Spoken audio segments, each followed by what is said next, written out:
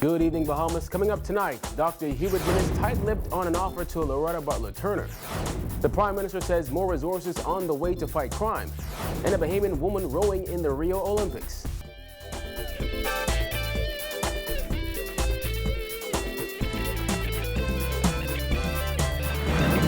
Welcome to our news. I'm Kyle Joaquin. Thanks for joining us. Topping news tonight, Free National Movement leader Dr. Hubert Minnis is remaining tight-lipped on reports that Long Island MP Loretta Turner was offered incentives to stay in the party following last week's contentious convention. Our Jasmine Brown caught up with Dr. Minnis and filed this report. Earlier this week, Turner confirmed that there were a lot of offers on the table, but she insisted she is not for sale and has not decided if she will run again for the F&M in her Long Island constituency. When asked about the offers and those comments made by Turner, Minnis says his focus is elsewhere. I am more focused on healing the party. I'm more focused on unifying the party. I'm more focused on rescuing the country. That's my focus right now. While Minnis would not say much, our news understands that those offers include a renomination for Turner, the post of Leader of Opposition Business in the House of Assembly, a prominent role in the F&M's election campaign, and a senior position in a Minnis-led cabinet if the F&M wins the next general election. He and Turner have had a strained relationship. Turner is one of 6 MPs who forced an early convention by threatening to send a letter to the Governor General calling for Minnis to be removed as Leader of the Opposition. But Minnis insists that's all behind them. Minnis says for now the focus is on moving on from last week's convention and closing the divide that's plagued the party. We continue our healing process. We continue to unify the party, put our plans together, get our manifesto together, and move towards defeating the PLP and rescuing the country. Reporting for our news, I'm Jasmine Brown. Thanks, Jasmine. Well, more resources are on the way in the fight against crime, according to Prime Minister Perry Christie, who revealed as much during a PLP candidate launch. Last month, the Bahamas recorded a murder-free July, prompting the National Security Minister to say he hopes the downward trend in murders continues. Well, Christie says Bahamians will soon see how serious his government really is about battling crime.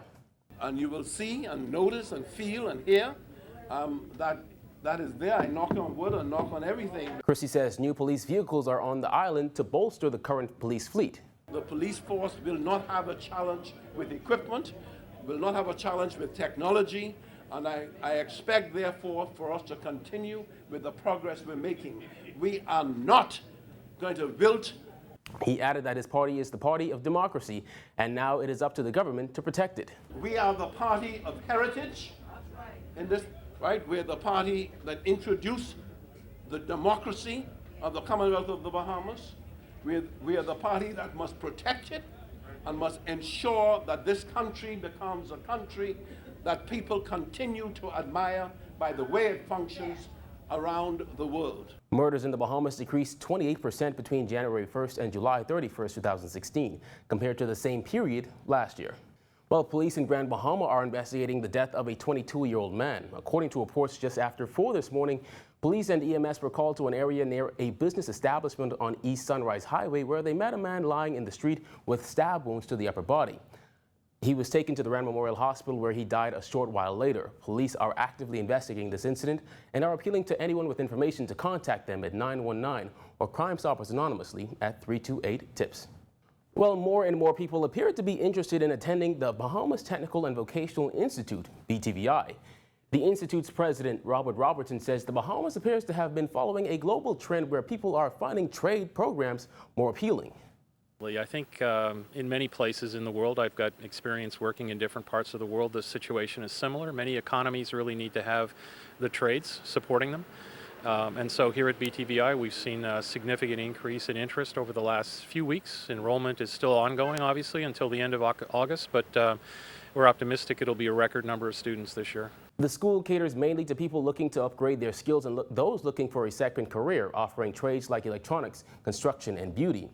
There are approximately 2,000 students at the New Providence location and 500 in Freeport, Grand Bahama. Most recently, I was working in Tampa, Florida, and I did some research for the governor's office. And one of the big problems in Florida, and I think it's similar here, is that companies are looking for skilled tradespeople. That's the big problem that companies face, both in Florida and here.